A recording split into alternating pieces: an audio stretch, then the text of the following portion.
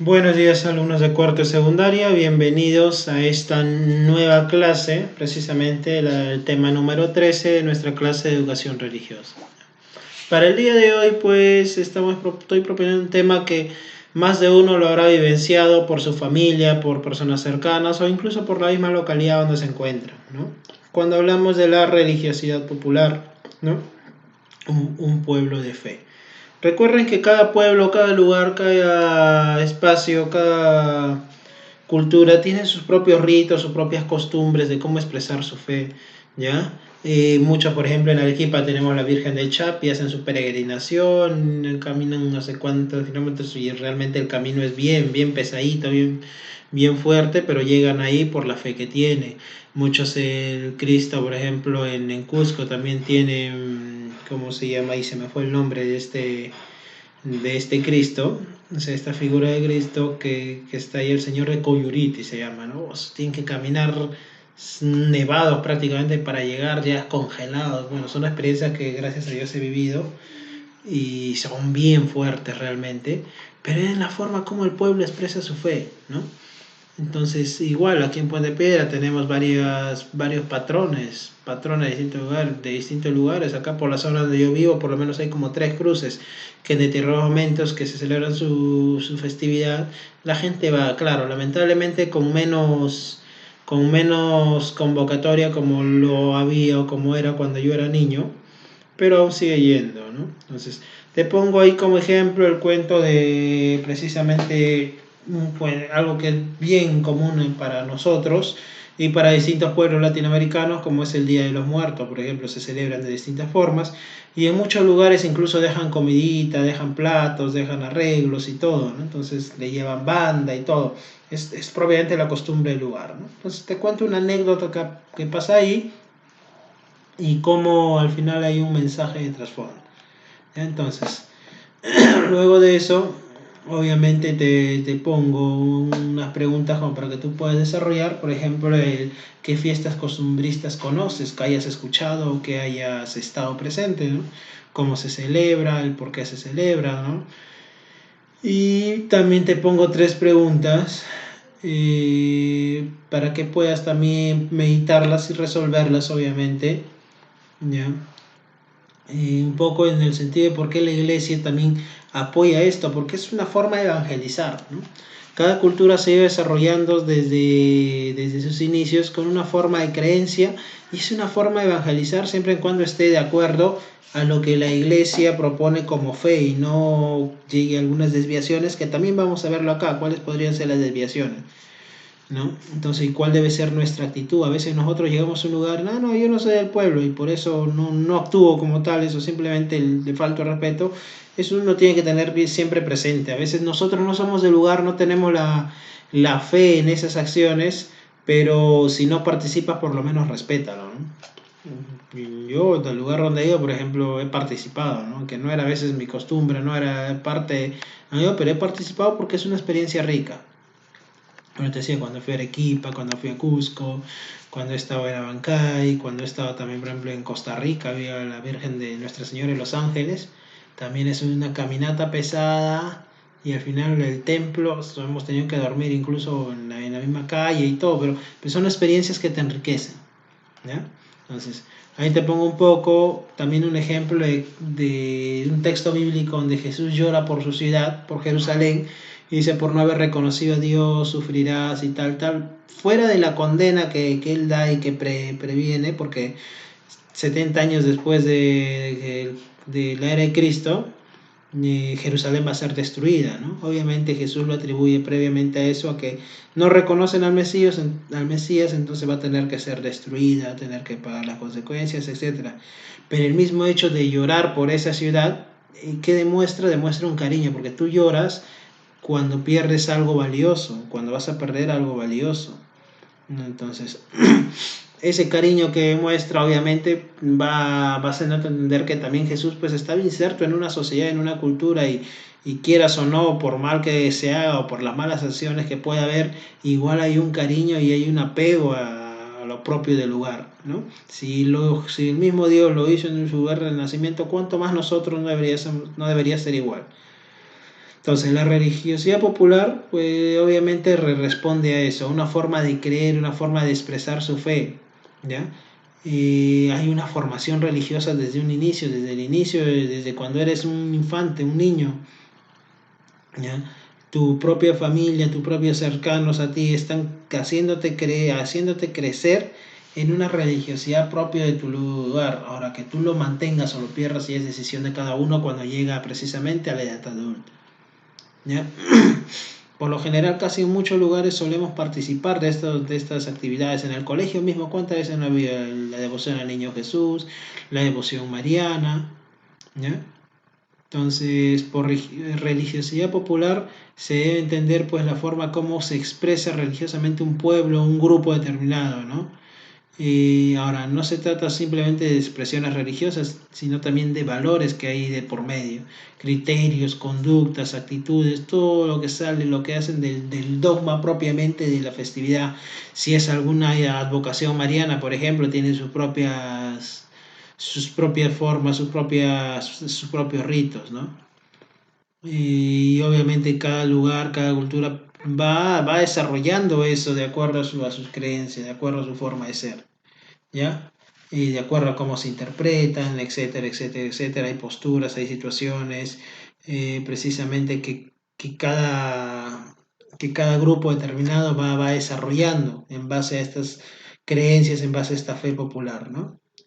Ahora, la religiosidad popular encierra una serie de valores humanos, te digo en ese texto, ¿no? Y estos valores humanos son muy importantes, ¿no? Por ejemplo, el hacer capaz que el hombre eh, precisamente de una entrega generosa y un sacrificio, ¿no? O el mismo hecho de llegar a zonas límites, situaciones límites, es el sacrificio que el humano va dando, la persona va dando para manifestar su fe, porque creo en la Virgen del Chapi, porque creo en Nuestra Señora de los Ángeles, porque creo en el Señor Recoyuriti, etcétera. Yo voy a entregar, incluso algunos, por ejemplo, en Semana Santa, esa caminata, algunos que lo hacían hasta todo el Cerro San Cristóbal de rodillas, o sea, es una forma de expresar, de dar un sacrificio a Dios expresando su fe y obviamente corroborando y fortaleciendo su fe, porque es muy fácil decir yo creo cuando todo está bien, más difícil es decir yo creo cuando hay situaciones realmente extremas. ¿Qué otra cosa? Permite reconocer desde su perspectiva, desde la visión de cada uno, un hondo sentido de los atributos de Dios, ¿no? Paternidad, providencia, la presencia amorosa, presencia constante, etcétera. También esta religiosidad popular te ayuda precisamente en eso. Engendra precisamente en cada persona actitudes interiores que raramente pueden, ¿cómo se llama? Observarse en el mismo grado en quienes lo poseen. ¿No? O sea, a veces mi forma de creer de tal forma que no se asemeja al otro, pero en estas celebraciones, tanto la mía como la de él y la de 100, 500, 1000, 2000 más, se asemeja a esta forma de creer, esta aceptación, esta devoción. ¿Ya? Entonces, ahora, el catecismo también define religiosidad popular precisamente como por una forma de expresar esta evangelización, ¿no? Desde la propia cultura, de sus propios ritos, etcétera, etcétera, etcétera, desde su propia vida litúrgica sin necesidad de exagerar o pasar por algo.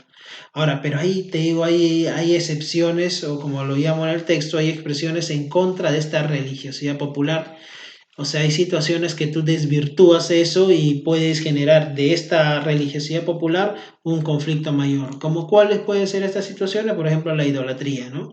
La idolatría es precisamente el atribuir o reconocer atributos divinos a un objeto, a una persona, etcétera, a través del culto. No sé, en vez de adorar a Dios, estoy adorando a la cruz, no sé, por tal cosa, ¿verdad? Esta cruz es la más bonita. No.